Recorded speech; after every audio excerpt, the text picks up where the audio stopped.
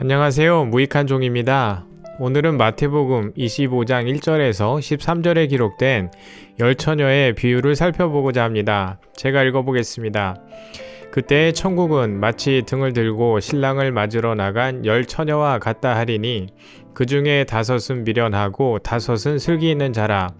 미련한 자들은 등을 가지되 기름을 가지지 아니하고 슬기 있는 자들은 그릇에 기름을 담아 등과 함께 가져갔더니 신랑이 더디옴으로 다 졸며 잘새 밤중에 소리가 나되 보라 신랑이로다 맞으러 나오라 하매 이에 그 처녀들이 다 일어나 등을 준비할세 미련한 자들이 슬기 있는 자들에게 이르되 우리 등불이 꺼져가니 너희 기름을 좀 나눠달라 하거늘 슬기 있는 자가 대답하여 이르되 우리와 너희가 쓰기에 다 부족할까 하노니 차라리 파는 자들에게 가서 너희 쓸 것을 사라 하니 그들이 살아간 사이에 신랑이 오므로 준비하였던 자들은 함께 혼인잔치에 들어가고 문은 닫힌지라.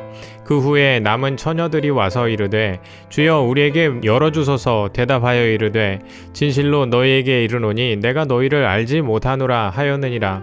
그런즉 깨어있으라. 너희는 그 날과 그 때를 알지 못하느니라. 이 비유는 마태복음 24장에 기록된 예수님의 종말에 대한 교훈과 한 묶음으로 주어진 비유입니다. 주님은 제자들에게 세상 끝날의 징조들에 대해 말씀하시고 교훈하셨습니다. 주님은 교훈의 바로 뒤에 여러 비유들을 덧붙여 말씀하셨는데 오늘 우리가 살펴볼 슬기로운 처녀의 비유가 그 비유들 중에 하나입니다. 따라서 마태복음 24장의 종말에 대한 교훈과 그 뒤에 덧붙여진 비유들은 제각각 다른 교훈을 담고 있는 것이 아니라 하나의 교훈입니다. 그리고 언제나 그렇듯이 주님의 교훈은 주님 자신에 대하여 증언하시는 말씀이기 때문에 오늘 말씀 또한 주님께서 행하실 일에 대한 약속과 같은 말씀인 것입니다. 그러나 주님은 비유를 통해 자신의 모습을 감추어 버리셨습니다. 그리고 허락한 자들에게만 천국의 비밀을 보여주겠다 말씀하셨습니다. 오늘 주님께서 이 비유를 통해 천국의 비밀이 되시는 예수 그리스도를 볼 수 있도록 해주시기를 구하며 시작해 보겠습니다. 앞에서 언급한 대로 이 비유는 마태복음 24장의 교훈을 정확히 이해해야만 바른 해석이 가능합니다. 반대로 24장의 교훈을 잘못 이해하게 되면 이 비유 또한 잘못 이해될 수밖에 없습니다. 이번 영상에서 24장의 전체 교훈을 자세히 살펴보기에는 시간의 제약이 있겠습니다. 그럼에도 이 비유를 바로 이해하기 위해서는 24장의 핵심 메시지를 간략하게나마 정리해야 할 필요가 있다고 생각합니다. 제자들은 주님께 와서 주님의 임하심과 세상 끝에 어떤 징조가 있겠습니까? 라고 질문합니다. 마태복음 24장 4절에서 14절에 기록된 주님의 대답을 보겠습니다. 예수께서 대답하여 이르시되 너희가 사람의 미혹을 받지 않도록 주의하라. 많은 사람이 내 이름으로 와서 이르되 나는 그리스도라 하여 많은 사람을 미혹해 하리라. 난리와 난리의 소문을 듣겠으나 너희는 삼가 두려워 말라. 이런 일이 있어야 하되 끝은 아니니라. 민족이 민족을 나라가 나라를 대적하여 일어나겠고 곳곳에 기근과 지진이 있으리니 이 모든 것이 재난의 시작이니라. 그때 사람들이 너희를 환난에 넘겨주겠으며 너희를 죽이리니 너희가 내 이름을 위하여 모든 민족에게 미움을 받으리라. 그때 많은 사람이 시험에 빠져 서로 잡아주고 서로 미워하겠으며 거짓 선지자가 많이 일어나 많은 사람들을 미혹하게 하겠으며 불법이 성함으로 많은 사람의 사랑이 식어지리라. 그러나 끝까지 견디는 자는 구원을 얻으리라. 이 천국 복음이 모든 민족에게 증거되기 위하여 온 세상에 전파되리니 그제야 끝이 오리라. 주님은 제자들에게 사람의 미혹을 받지 않도록 주의하라고 말씀하셨습니다. 그리고 자칭 그리스도와 거짓 선지자들이 많은 사람들을 미혹하게 할 것이라고 예언하셨습니다. 여기서 주님께서 말씀하시는 자칭 그리스도와 거짓 선지자들은 어떤 자들이고 그들은 어떤 말로 사람들을 속이는 것일까요? 그리스도의 의미는 기름 부음을 받은 자라는 의미입니다. 하나님은 왕과 제사장 그리고 선지자에게 기름을 부어 이스라엘을 구원하시고 통치하셨습니다. 그리고 하나님께서 그들을 세우신 목적은 이 땅에 육신으로 오실 하나님의 아들이신 예수 그리스도를 예표하시기 위함이었습니다. 따라서 하나님께서 우리에게 성경을 통해 말씀하시는 메시지는 너희는 오직 내가 기름 부은 내 아들 예수 그리스도에 의해서 구원을 받게 될 것이다 라는 약속입니다. 그렇다면 자칭 그리스도와 거짓 선지자들의 속임이 무엇인지 명확하게 드러날 수밖에 없습니다. 그들의 속임은 오직 예수 그리스도의 사역만으로는 너희가 구원을 얻을 수 없다는 가르침인 것입니다. 주님께서 너희의 죄를 대속하여 십자가에 죽으시고 부활하심을 믿더라도 너희가 하나님의 말씀과 계명에 순종하는 삶을 살아내지 않으면 주님께서 너희를 구원해서 제외시키실 것이라는 가르침입니다. 주님께서 예고하신 대로 이러한 거짓된 가르침은 초대교회부터 지금까지 계속되고 있습니다. 따라서 주님께서 말씀하시는 자칭 그리스도는 문선명이나 이만희 같은 이단만을 의미하는 것이 아닙니다. 십자가의 죽으심과 부활로 모든 것을 다 이루신 주님을 믿는 것만으로는 구원받을 수 없고 자신의 선한 행위와 거룩한 삶이 더해져야만이 구원을 받을 수 있다고 믿는 자들이 바로 자기 스스로 자신을 구원하려 하는 자칭 그리스도인 것입니다. 마태복음 24장의 종말에 관한 예수님의 교훈은 한마디로 내가 택함 받은 너희를 단 한 사람도 남김없이 구원할 것이니 너희는 두려워하지 말고 끝까지 참고 견디기만 하면 된다는 구원의 약속이자 복음인 것입니다. 따라서 이러한 주님의 교훈 뒤에 덧붙여진 열처녀의 비유를 포함한 모든 비유들 또한 이와 동일한 메시지로 해석되어야 합니다. 이 비유에는 10명의 처녀가 등장합니다. 그들은 모두 등을 들고 신랑이 오기를 기다리고 있습니다. 그들 중 5은 등과 함께 그릇에 기름을 준비하였고 나머지 5은 기름 없이 등만을 가져갔습니다. 주님은 기름을 준비한 5을 슬기로운 자라고 말씀하셨고 기름을 준비하지 않은 5을 미련한 자들이라고 비유하셨습니다. 기름을 준비한 슬기로운 처녀들은 신랑과 함께 혼인잔치에 들어가고 나머지 5은 혼인잔치에 들어가지 못하였습니다.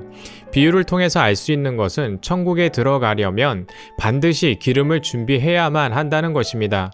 따라서 신랑이 오기 전에 우리가 준비해야 할 기름이 무엇인지 아는 것은 우리가 천국에 들어가고 못 들어가고를 결정짓는 매우 결정적 요소라 할 것입니다. 위에서 살펴본 마태복음 24장의 자칭 그리스도와 거짓 선지자들은 우리가 준비해야 할 기름을 무엇이라 가르칠까요? 그들은 분명히 신랑이신 주님이 오시기 전에 거룩한 삶을 살아내라고 조금이라도 불순종하면 너희는 다 지옥행을 면할 수 없을 것이라고 목에 핏대를 세우며 공갈 협박을 할 것입니다. 말씀과 계명에 순종하는 자들만이 기름을 준비한 슬기로운 처녀들이라고 사람들을 속이고 천국에 들어가려면 너희는 나처럼 거룩하고 순종하는 삶을 살아야 한다고 사기를 칠 것입니다. 이 시간을 빌어 고백하는 것은 제가 바로 그렇게 사람들을 미혹하게 하던 자칭 그리스도였고 거짓 선지자였다는 것입니다. 저는 남들보다 성경을 많이 읽고 많은 시간 기도를 하고 복음을 전하는 삶을 살고 있다고 생각하며 저처럼 살지 않는 자들에게 선지자 노릇을 한답시고 너희의 삶을 회개하고 변화되지 않으면 절대로 천국에 갈 수 없다고 목이 쉬도록 소리를 질렀습니다. 저는 저 스스로를 기름을 준비한 슬기로운 처녀라 생각하며 신랑이 오실 그날에 혼인잔치에 들어갈 수 있다는 확신으로 충만하던 자였습니다. 그러나 영원히 죽어 마땅한 자칭 그리스도여 거짓 선지자였던 제 안에 하늘로부터 기름이 부어지자 내가 가짜였고 내가 준비했던 그 기름도 가짜였음을 알게 되었습니다. 이 얼마나 놀라운 은혜인지 이 미련한 자를 택하여 머리끝부터 발끝까지 기름을 부어 신랑을 맞이할 슬기로운 처녀로 삼아주신 주님의 은혜 앞에 엎드리게 하셨습니다. 오늘 이 말씀을 듣는 모두에게 동일한 은혜가 임하기를 주님께 간구합니다. 이제 비유 속 슬기로운 처녀들이 준비한 기름이 그들의 거룩한 삶이나 순종을 의미하는 것이 아니라는 사실을 알게 되었습니다. 그들이 준비한 기름은 그들의 수고와 순종이 아닌 일방적인 하나님의 택하심의 결과요 선물이었습니다. 이 기름은 무엇을 의미하는 것일까요? 주님께서 택하신 자들에게만 주시는 기름이 무엇인지 알아보기 위해 먼저 주님의 증언을 찾아보겠습니다. 누가복음 4장 17절에서 21절 말씀입니다. 선지자 이사야의 글을 들이거늘 책을 펴서 이렇게 기록한 데를 찾으시니 곧 주의 성령이 내게 임하셨으니 이는 가난한 자에게 복음을 전하게 하시려고 내게 기름을 부으시고 나를 보내사 포로된 자에게 자유를 눈먼 자에게 다시 보게 함을 전파하며 눌린 자를 자유케 하고 주의 은혜의 해를 전파하게 하려 하심이라 하였더라. 책을 덮어 그 맡은 자에게 주시고 앉으시니 회당에 있는 자들이 다 주목하여 보더라. 이에 예수께서 그들에게 말씀하시되 이 글이 오늘 너희 귀에 응하였느니라. 주님은 선지자 이사야의 글을 읽으시고 그 글이 바로 자신에 대한 증언임을 확증하여 주셨습니다. 주님은 이사야의 예언대로 내게 성령이 임하였고 내가 바로 하나님이 기름 부어 세우신 메시아다 라고 당당히 선포하셨습니다. 주님의 말씀을 통해 우리가 알 수 있는 것은 기름 부음이 바로 성령의 임하심과 동일한 의미라는 것입니다. 이제 예수님께서 말씀하신 이사야서의 예언이 구체적으로 어떻게 성취되었는지에 대해 세례 요한의 증언을 살펴보겠습니다. 예수님께서 이 땅에 오셔서 공생애를 시작하시기 전 유대인들은 메시아를 기다리고 있었습니다. 유대인들은 세례 요한에게 와서 내가 메시아인가 하고 거듭 묻습니다. 그러자 그는 자신이 메시아가 아니라 대답하며 자신이 사람들에게 세례를 베풀고 있는 이유가 무엇인지 다음과 같이 밝혔습니다. 요한복음 1장 31절에서 34절 말씀입니다. 나도 그를 알지 못하였으나 내가 와서 물로 세례를 주는 것은 그를 이스라엘에게 나타내려 함이라 하니라.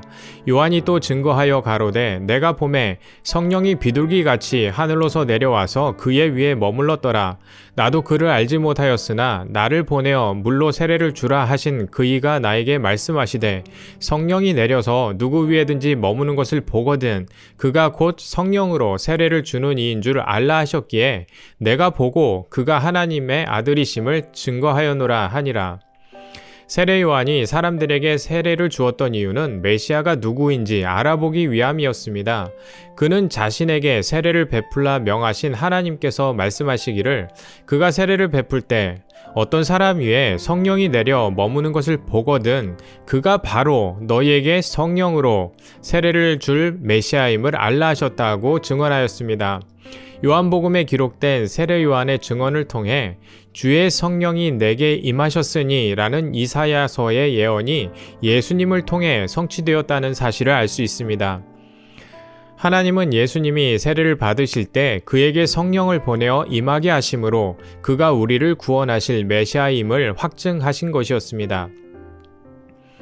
뿐만 아니라 세례 요한의 증언에는 하나님의 성령이 임하신 메시아가 자기 백성을 어떠한 방법으로 구원을 하실 것인지도 나타나 있습니다. 그것은 바로 우리에게 성령으로 세례를 베풀어 우리와 영원히 연합하시겠다는 것입니다. 세례 요한은 하나님께서 그에게 말씀하신 대로 자신이 세례를 베푼 예수님 위에 성령이 임하는 것을 보고 그가 죄인들의 죄를 대속하기 위하여 하나님의 제물로 이 땅에 오신 하나님의 어린 양이심을 알게 되었습니다. 그리고 그가 성령으로 부활하셔서 우리에게 성령을 보내심으로 우리를 주님과 한 몸으로 연합하게 하실 구원자임을 증언하였습니다. 따라서 우리는 이러한 세례 요한의 증언을 통하여 기름을 준비한 슬기로운 자들이 바로 예수님께서 보내신 성령을 받아 예수님과 한 몸으로 연합된 자들이라는 것을 알 수 있습니다. 마지막으로 사도 요한의 증언을 통해 기름이 성령을 의미한다는 것을 살펴보겠습니다. 요한복음 14장 26절 말씀 읽어보겠습니다. 보혜사 곧 아버지께서 내 이름으로 보내실 성령 그가 너희에게 모든 것을 가르치시고 내가 너희에게 말한 모든 것을 생각나게 하시리라. 주님은 하나님께서 주님의 이름으로 보내실 성령께서 주님이 우리에게 말씀하신 모든 것을 가르쳐 주실 것이라 말씀하셨습니다.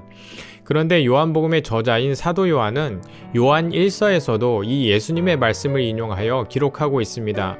요한 1서 2장 27절 말씀 보겠습니다. 너희는 주께 받은 바 기름 부음이 너희 안에 거하나니 아무도 너희를 가르칠 필요가 없고 오직 그의 기름 부음이 모든 것을 너희에게 가르치며 또 참되고 거짓이 없으니 너희를 가르치신 그대로 주 안에 거하라. 사도 요한은 성령께서 너희에게 모든 것을 가르치실 것이라는 예수님의 예언을 가져와서 성령을 기름 부음이라는 표현으로 바꿔 사용하고 있습니다. 따라서 우리는 예수님께서 약속하신 성령을 받는다는 것이 기름 부음과 동일한 의미라는 것을 확인할 수 있습니다. 이제 이 비유에서 말하고 있는 기름을 준비한 슬기로운 5 처녀가 누구인지 분명해졌다고 생각합니다. 지금은 말세입니다. 주님께서 오시는 그날까지 전쟁과 팬데믹과 자연재해의 소식은 멈추지 않을 것입니다. 지금도 이 땅 어딘가에서 세월호가 가라앉을 것이고 이태원 참사와 같은 소식이 반복될 것입니다. 오늘도 우리는 죽음의 소식을 듣게 될 것이고 가까운 누군가의 죽음을 목격할 수도 있습니다. 우리는 그 죽음의 순간이 어느 날 반드시 내게도 찾아올 것이란 사실을 부정할 수 없습니다. 그런 우리들에게 자칭 그리스도와 거짓 선지자들은 언제나 거짓말을 할 것입니다.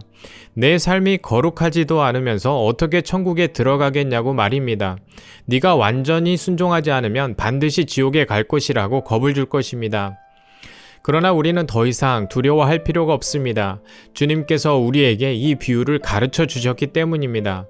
우리는 성령을 받아 이미 예수님과 한 몸이 된 슬기로운 처녀들입니다. 우리 안에 계신 성령은 우리의 연약한 모습을 드러내 주실 것입니다. 우리 안에 사랑이 없음을 폭로하실 것입니다. 우리의 삶의 모습 속에서 천국에 갈 만한 그 어떠한 자격도 발견할 수 없음을 가르쳐 주실 것입니다. 그럼에도 우리는 창세전에 그리스도 안에서 택하심을 받은 자들입니다. 하나님이신 예수님은 약속하신 그대로 우리를 구원하시려고 인간이 되셨습니다. 예수님은 약속하신 그대로 우리 모두의 죄악을 짊어진 하나님의 어린 양으로 십자가에 달려 죽으셨습니다. 하나님은 약속하신 그대로 죽어 장사된 예수님께 성령을 보내셔서 그를 다시 살리심으로 그가 우리의 구원자이심을 확증하셨습니다. 그리고 부활하신 예수 그리스도는 약속하신 그대로 우리에게 성령을 보내어 주시고 그 성령과 함께 우리 안에 들어오셔서 우리와 영원히 한 몸이 되어 주셨습니다. 우리 모두는 약속하신 성령을 받아 우리의 구원자 되시는 예수 그리스도와 한 몸이 된 기름을 준비한 5 처녀들입니다.